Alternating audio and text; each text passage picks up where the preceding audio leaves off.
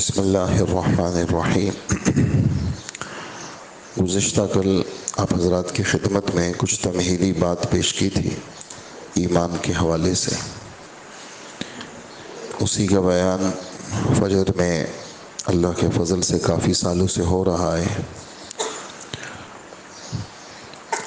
اسلامی عقائد میں ایمان کا بیان، ایمان کسی کی بات کو کسی کے اعتماد پر یقینی طور سے مان لینے کو کہتے ہیں، اور شریعت میں اللہ کے رسول کی خبر کو صرف اللہ کے رسول کے اعتماد پر مشاہدہ کیے بغیر یقینی طور سے مان لینے کو کہتے ہیں۔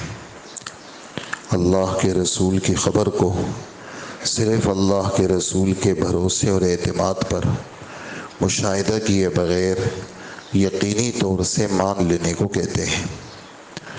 ایمان کی تفصیلات یہ ہیں کہ اللہ کی ذات و صفات پر ایمان رکھنا، اللہ کے فرشتوں پر ایمان رکھنا، اللہ کی کتابوں پر ایمان رکھنا، اللہ کے رسولوں پر ایمان رکھنا، آخرت کے دن پر ایمان رکھنا، اس بات پر ایمان رکھنا کہ اچھی بری تقدیر اللہ کی طرف سے ہے، اور موت کے بعد دوبارہ زندہ کر کے اٹھائے جانے پر ایمان لانا کہ مرنے کے بعد ایک اور زندگی بھی ہے اور ہم سب کو اللہ کے پاس جانا ہے۔ اور بچپن میں آپ اور ہم سب نے مدرسوں میں قاری صاحب سے ہم نے ایک چیز یاد کی ہے، شروع میں ہم پڑھتے تھے جی ایمان مجمل کیا ہے، تو ہم نے بچپن میں پڑھا آمنت باللہ کما ہوا باسمائہ وصفاتہ وقبلت جمیع احکامہ اقرار باللسان وتصدیق بالقلب۔ بالکل چھوٹے جب ہم پہلے مدرسے میں گئے تو ہمارے استادوں نے یہ ہمیں سکھایا، آپ سب ہم نے سیکھا ہے۔ ایمان مجمل مانے مختصر، اختصار کے ساتھ ایمان کیا؟ آمنت باللہ، آپ سب پڑھیں، کما ہوا باسمائہ وصفاتہ وقبلت جمیع احکامہ اقرار باللسان وتصدیق بالقلب۔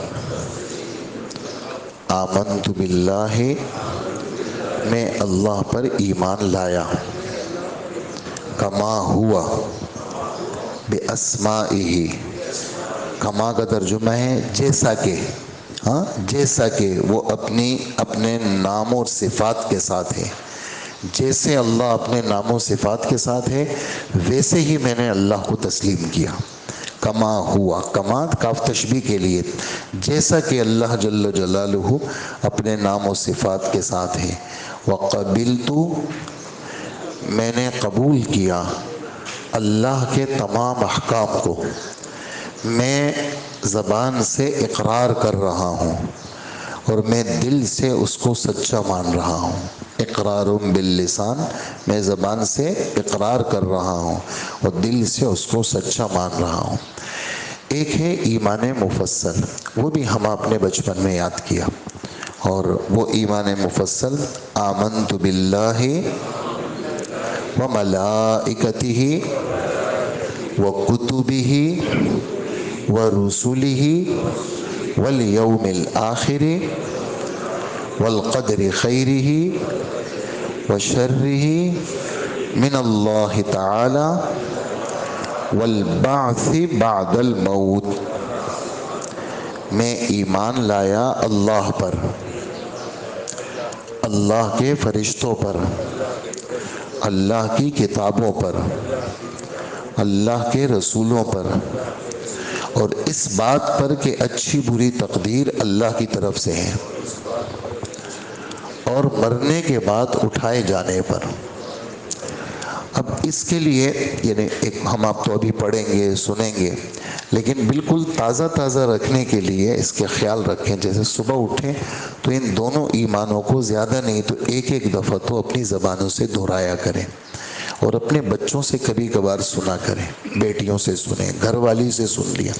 بعض چیزیں ایسی ہیں کہ ہم اس کا کبھی بھی تذکرہ نہیں کرتے۔ ہمارے گھروں کے اندر کیا تذکرے ہیں آپ ہم سب جانتے ہیں۔ اپنے گھروں میں ایمان کو زندہ کریں۔ گھر ہر چیز سے آباد ہیں لیکن ایمانی تذکروں سے ویران ہیں۔ ایمان کی باتیں گھر میں کرنا اور ایمان میں اللہ کی بڑائی کو بیان کرنا۔ اللہ بڑے ہیں، اللہ کی طاقت ہے، یہ جو کچھ بھی ہمارے گھر میں جس قسم کی نعمت ہے یہ صرف اللہ کی طرف سے ہے۔ ہاں، یہ باتیں قرآن کی باتیں ہیں۔ وَمَا بِكُم مِّن نِّعْمَةٍ فَمِنَ اللَّهِ، تم پر کسی قسم کی کوئی بھی نعمت ہے صرف اللہ کی طرف سے۔ دیکھو بچوں، دسترخوان بچھا ہوا ہے، کہیں سوکھی روٹی نہیں ہے، لوگ بھوکے مر رہے ہیں، بچے گودوں کے اندر بھوک سے بلبلا کے مر رہے ہیں، بوڑھے مر رہے ہیں اور مسلمان مر رہے ہیں۔ میرا دسترخوان سجا ہوا ہے۔ ہمارے حضرات صحابہ کرام خالد عبد الرحمن ابن عوف کا ذکر ہے احادیث میں، ان کا روزہ تھا اور روزہ تھا اور افطار کے لیے چیزیں رکھی ہوئی تھی، تو بس وہ کیفیت ان کی عجیب ہو گئی۔ کہنے لگے حضرت مصعب ابن عمیر کو تو کفن بھی نہیں ملا تھا اور میں اتنے مزے والی چیزوں میں بیٹھا ہوں، اور حضرت حمزہ اللہ کے رسول کے چچا کو تو کفن بھی نہیں ملا اور میں اتنے مزے میں ہوں۔ اور یہ تذکرے پچھلے صحابہ کرام کے کیے، اللہ کے رسول کی تکلیفوں کو بیان کیا اور رونا شروع کر دی، خود بھی روئے اور سب کو رلایا، اور افطار سب رہ گیا ان سے۔ تو اس طرح اپنے مسلمانوں کو یعنی یاد رکھنا ایک۔ نمبر دو، یہ جو نعمتیں رکھی ہوئی ہیں، دل دماغ ہمارا عجیب ہے۔ ہمارا دل دماغ ایک دم ہمارے پیسوں پہ، ہماری صلاحیتوں پہ، ہماری چیزوں کی طرف جاتا ہے کہ دیکھو پہلے ہم غریب تھے، ہمارے ہاں کچھ نہیں تھا، دیکھو اب میں نے کمایا نا یہ سب چیزیں آ گئی۔ یہ نہیں کہتا کہ پہلے اللہ کا ارادہ نہیں تھا، اب اللہ کا ارادہ ہو گیا۔ یہ اللہ کی نعمتیں ہیں۔ یہ جو میرے افطار میں، میرے کھانے میں، میرا بستر ہے، میرا کمرہ ہے، میرا پنکھا ہے، میری گرم چیزیں، میری ٹھنڈی چیزیں، میری نعمتیں، میری نرم چیزیں، میری سب چیزیں، یہ میرا اس میں کوئی کمال نہیں ہے، یہ اللہ کی طرف سے ہے۔ تو اس طرح اپنے بچوں کا، اپنے گرد و پیش جو گھروں کے اندر ہیں، ان کا ذہن اللہ کی طرف لے کے جانا کہ سب اللہ کی طرف سے ہے اور اللہ بڑے ہیں اور اللہ کی طاقت بڑی ہے، اللہ سب کچھ ہے، اللہ کے علاوہ کوئی نہیں ہے۔ تو ہر لمحے، ہر آن، ہر گھڑی اللہ کو سامنے رکھنا۔ یہ جو کراچی اجتماع کی جگہ ہے، یہ بالکل شروع میں لی گئی تھی، تو اس میں پہلا اجتماع تھا اور اس میں پہلا بیان حاجی عبد الوہاب صاحب کا تھا مغرب کے بعد۔ تو حاجی صاحب کی یہ بات میں کبھی نہیں بھولوں گا، یہ بڑے زور سے کہا، فرمایا اللہ سب کچھ ہے باقی سب دھوکہ ہے، اللہ سب کچھ ہے باقی سب دھوکہ ہے۔ تو اللہ واقعی سب کچھ ہے، سب چیزیں جتنی کائنات بنی ہوئی ہیں وہ صرف اللہ نے بنائی ہیں، اکیلے تنہا اللہ ہے، اللہ کے ساتھ کوئی شریک نہیں ہے۔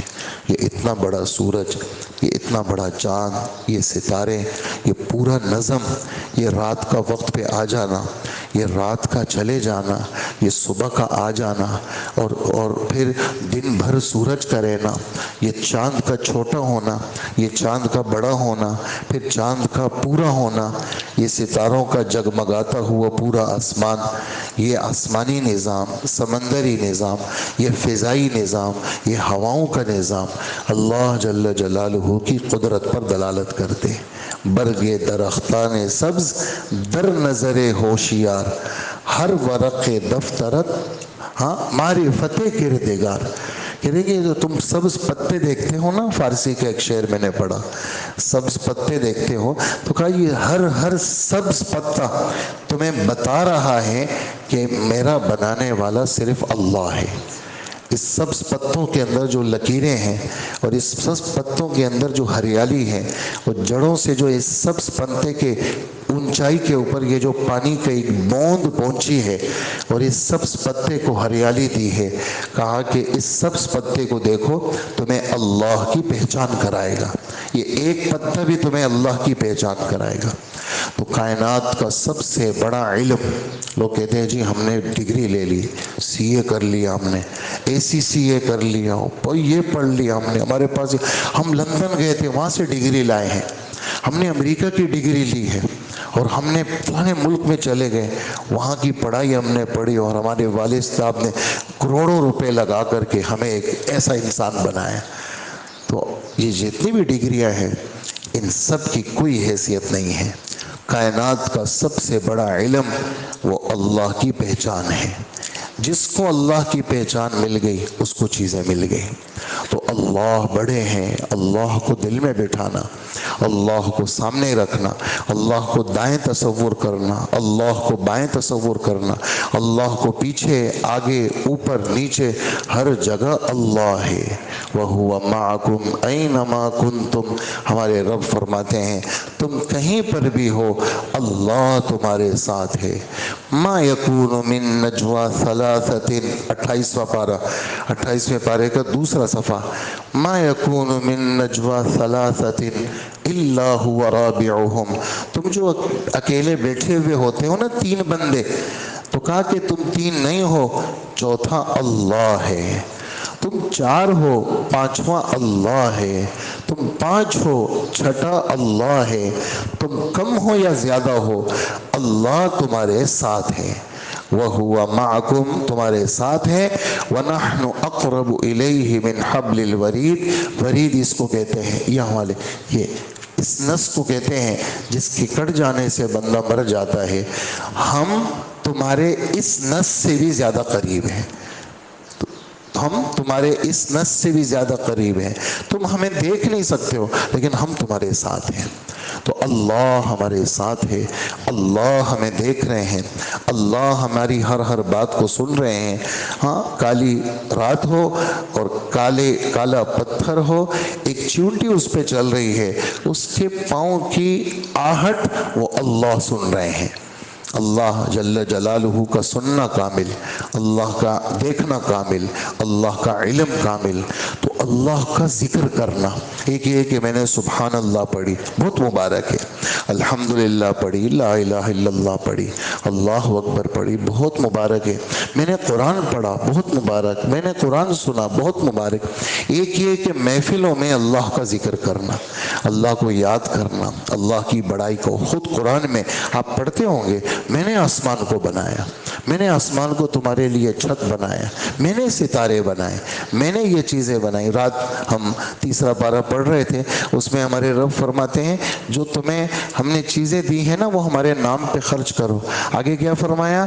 جو ہم نے زمین سے تمہارے لیے نکالی ہے اس میں سے بھی ہمارے نام پہ دو، ہم نے نکالی ہے، یعنی تمہارا کوئی کمال نہیں ہے، ہم نے زمین سے چیزیں نکالی، یہ تمہاری فیکٹریاں تم نہیں چلا رہے، یہ تو اللہ چلا رہے ہیں، یہ مشینری تم نہیں چلا رہے، بجلی نہیں چلا رہی، حکومت نہیں چلا رہے، ہر چیز میں اللہ کو دخل ہے۔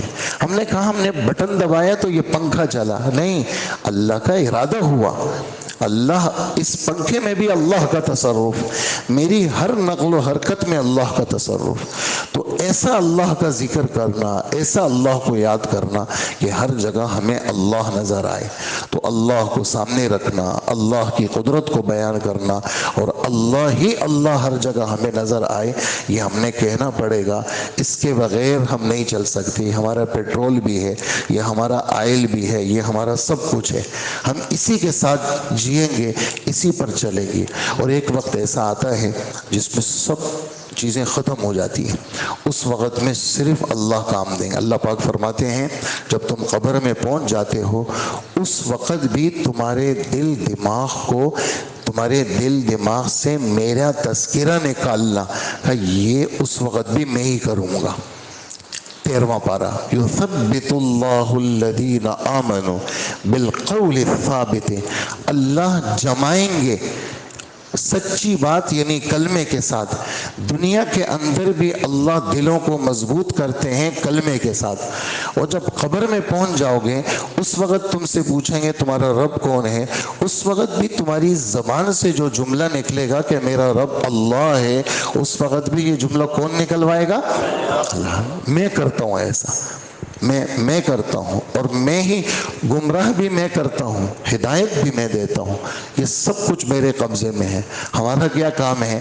ہمارا کام ہے عاجزی دکھانا, دب جانا, اپنے آپ کو کچھ نہ سمجھنا اور اپنے رب کو سب کچھ سمجھنا. کریں گے نا انشاءاللہ؟ اللہ عمل کی توفیق عطا فرمائے. اللہ تعالیٰ کی ذات و صفات کے متعلق عقائد کل انشاءاللہ اس کو پڑھیں گے. اور آج پورا دن ہم نے اللہ کا تذکرہ کرنا ہے, اللہ کی نعمتوں کو, اللہ کی قدرتوں کو بیان کرنا. اس کی برکت آپ دیکھیں گے, ہر جگہ اللہ کا ذکر کریں, ہر جگہ اللہ کی بڑائی بیان کریں, ہر چیز میں اللہ کو شامل کریں. جب آپ ایسا کریں گے تو آپ کے بچے بھی ایسا کریں گے, آپ کی بیوی بھی ایسا کرے گی کہ ہر چیز اللہ ہی نے کیا, اور کس نے کیا؟ اللہ ہی نے کیا, اور کس نے کیا؟ عمومی طور پر مولانا ابراہیم صاحب ابھی جوڑ میں بیان فرما رہے تھے, ان کا دوسرا بیان تھا. فرمانے لگے جب نعمتیں آتی ہیں تو نعمتوں کی تاثیر یہ ہے کہ آدمی کو اللہ سے غافل کرتی ہے. یہ بہت قیمتی جملہ ہے. جب نعمتیں آتی ہیں, چیزیں آ گئی, گاڑی بہت اچھی ہو گئی بھائی, موٹر سائیکل چلانے والا آدمی, سائیکل بھی نہیں تھی میرے پاس, آج میرے پاس 1 کروڑ روپے کی گاڑی ہے, اور دنیا بھر کی جو سب سے اچھی گاڑی ہے وہ میرے پاس ہے. تو نعمت آ گئی. گھر میرے تو کچی آبادی میں رہتا تھا, آج میرے پاس بنگلہ ہے, میں بنگلے میں رہتا ہوں. میں کسی کی نوکری کرتا تھا, 10,000 روپے مجھے تنخواہ ملتی تھی, آج میں دن کے لاکھوں روپے کما رہا ہوں. اور میں بدن کے حوالے سے بڑا کمزور تھا, بیماریوں نے گھیرا ہوا تھا, آج میری صحت بڑی اچھی ہے. تو حضرت فرمانے لگے جب نعمت آتی ہے, نعمتیں آتی ہیں, تو نعمتوں کی تاثیر کیا ہے کہ آدمی کو اللہ سے غافل کرتی ہے. اس وقت میں کیا کرنا ہے؟ اس وقت میں ان نعمتوں کا شکر تم نے بجا لانا ہے. ہمارے نبی صلی اللہ علیہ وسلم پوری رات کھڑے رہے, صبح ہو گئی. حضرت عائشہ نے پوچھا اللہ کے رسول, گناہ تو آپ کا کوئی ہے نہیں, اور آپ ابھی عشاء پڑھ کے آئے تھے اور میرے پاس لیٹے, اور آپ نے کہا میں اللہ کو یاد کروں. اور صبح ہو گئی, آپ صبح تک رو رہے تھے اللہ کے سامنے. تو کیا کہا؟ فرمانے لگے عائشہ, جس اللہ نے مجھ جیسے کو سب نبیوں کا سردار بنایا اور دنیا آخرت کی نعمتوں کی بارش کر دی, میں اپنے اللہ کا شکر گزار بندہ کیوں نہ بنوں؟ یہ سب شکر کی باتیں ہیں. میرا جی نہیں چاہا کہ میں نرم بستر پہ لیٹ جاؤں, میرا جی نہیں چاہا کہ میں آرام کروں, میرا جی چاہا کہ میں اللہ کے سامنے روں اور گڑ گڑاؤں, تاکہ اللہ نے مجھ پر احسانات کیے. تو آپ ہم سب اللہ کے احساناتوں کے نیچے دبے ہوئے. تو غفلت والی زندگی اچھی نہیں ہے, غفلت والی زندگی اچھی نہیں ہے. بیدار دل رکھیں, بیدار دل رکھیں. 2 باتیں ضروری ہیں, ایک جہالت کو ختم کریں اور ایک غفلت کو ختم کریں. جہالت ختم ہوگی علمی باتوں سے, صبح سے چل رہی ہوتی ہیں آپ کے سامنے, فجر میں بھی ہے جی, ظہر میں بھی ہے جی, عصر میں بھی ہے, عشاء میں بھی ہے, علمی باتیں. تو اس سے کیا ہوگی؟ جہالت ختم ہوگی. نمبر 2, غفلت ختم کرنی ہے. غفلت کیسے ختم ہوگی؟ وہ آپ نے قرآن پڑھنا ہے, وہ آپ نے اللہ کو یاد کرنا ہے, وہ پورا دن اپنی دکانداری میں, اپنی فیکٹریوں میں, اپنے آفیسز میں اللہ کا ذکر کرنا ہے, اللہ کو یاد کرنا ہے. فون آیا تو آپ نے کہا بھائی آج فجر کا بیان پتہ ہے آپ کو آج کیا بیان تھا؟ تو آپ نے 2-4 منٹ صبح کی باتیں کر لی. پورا دن آپ نے اللہ کا ذکر کیا, اور اللہ سے یہ بھی درخواست کریں یا اللہ مجھے اپنے سامنے ہاتھ اٹھا کے دعا مانگنے والا بنائیں. مجھے اپنے سامنے ہاتھ اٹھا کے, ہاں, دعا کی توفیق جس کو مل گئی اس کو دنیا آخرت کی خیریں مل گئی. یہ حدیث کا ترجمہ کیا آپ کے سامنے. جس کو دعا کی توفیق مل گئی اس کو دنیا آخرت کی خیریں مل گئی. رحمت کے دروازے اس کے لیے کھول دیے گئے. اللہ کے دربار میں دعا سے بڑی کوئی نعمت نہیں ہے. جس کو دعا مل گئی اس کو رحمتیں برکتیں مل گئی۔ تو ابھی رمضان ہے، اس میں وقت نکالیں۔ افطار کے وقت نہیں ہے کوئی بات نہیں ہے، کوئی اور وقت نکالیں۔ سحری میں نہیں ہے کوئی بات نہیں ہے، کوئی اور وقت نکالیں۔ 11-12 بجے اٹھ گئے جی، غسل کیا، تیاری کر لی، 2 نفل پڑھ لیے، آدھا گھنٹہ دعا مانگ لی۔ ظہر پڑھ لی، نماز پڑھ لی، اکیلے میں بیٹھ گئے، دعا مانگ لی۔ مولانا احسان صاحب اللہ پاک ان کو صحت عطا فرمائے، فرمانے لگے 5 منٹ سے دعا شروع کرو، بڑھاتے رہو، 45 منٹ تمہاری دعا ہونی چاہیے۔ کتنے منٹ؟ یہ بات ایسی نہیں ہے، ہم نے ایک بیان میں کہی، ہمارے ایک نمازی ہے، میں نے ان کو کہا یار میں گاڑی نہیں ہے تو مجھے مدرسے چھوڑ دو، تو خیر وہ میں اترا مدرسے کے وقت میں، پھر میں نے ان سے کہا کہ آپ کے سونے کا وقت ہوگا، میں نے آپ کو تکلیف میں ڈالا، تو کہنے لگے میں تو نہیں سوتا اس وقت، یہ تو میری دعا کا وقت ہے۔ تو میں نے تعجب سے پوچھا، میں نے کہا آپ کتنی دعا مانگتے؟ کہہ رہے میں 45 منٹ دعا مانگتا ہوں۔ نوجوان ہیں، 45 منٹ دعا مانگتا ہوں۔ آپ نے کہاں سے لیا یہ؟ کہا آپ نے ایک دفعہ جمعے پہ 5 دعا پہ 5 جمعے پڑھائے تھے، تو ان جمعوں میں آپ نے دعا کی ترغیب دی اور یہ جملہ کہا تھا کہ 5 منٹ سے شروع کرو، 45 منٹ تک دعا مانگنا۔ ہم کبھی کہتے ہیں کہ ہماری باتیں ایسی گر جاتی ہیں، کبھی کبھی وسوسہ آتا ہے کہ میں کوئی بات کرتا ہوں یار اس کا تو کوئی فائدہ نہیں، پتہ نہیں کوئی لیتا بھی ہوگا یا نہیں۔ وہ ہے نا دنیا کے اندر لوگ اپنی چیزیں بناتے ہیں نا، مارکیٹ میں پیش کرتے ہیں، تو کسی نے لی ہے، پتہ نہیں یار ہماری یہ چیزیں کوئی لیتا بھی ہے یا نہیں، کبھی وسوسہ آتا ہے۔ تو کبھی اللہ دکھا دیتے ہیں نہیں تمہاری چیزیں، تمہاری کیا ہماری کیا ہے، اللہ رسول کی باتیں ہیں، تو وہ لوگ لے لیتے ہیں۔ تو وہ بندہ پھر میں نے دیکھا اس کو جب وہ دعا مانگتا ہے تو ایسی دعا مانگتا ہے جیسے وہ اللہ سے باتیں کرتا ہے۔ تو اللہ سے درخواست کریں اللہ مجھے دعا مانگنے والا بنا، تو یہ سب باتیں اللہ سے دوستی بڑھاتی ہیں۔ تو اس کے لیے وقت نکالنا وہ آپ کا کام ہے، جیسے چیزوں کے لیے وقت نکالتے ہیں ایسے ہی اللہ کے لیے وقت نکالنا، قرآن کے لیے وقت نکالنا، ذکر کے لیے وقت نکالنا، دعا کے لیے وقت نکالنا۔ رمضان میں اس کا مقص ہوگا اور باقی 11 مہینے پھر اللہ پاک ہمیں توفیق دیں گے۔ اللہ مجھے بھی نصیب فرمائے، آپ کو بھی نصیب فرمائے۔ الحمدللہ رب العالمین۔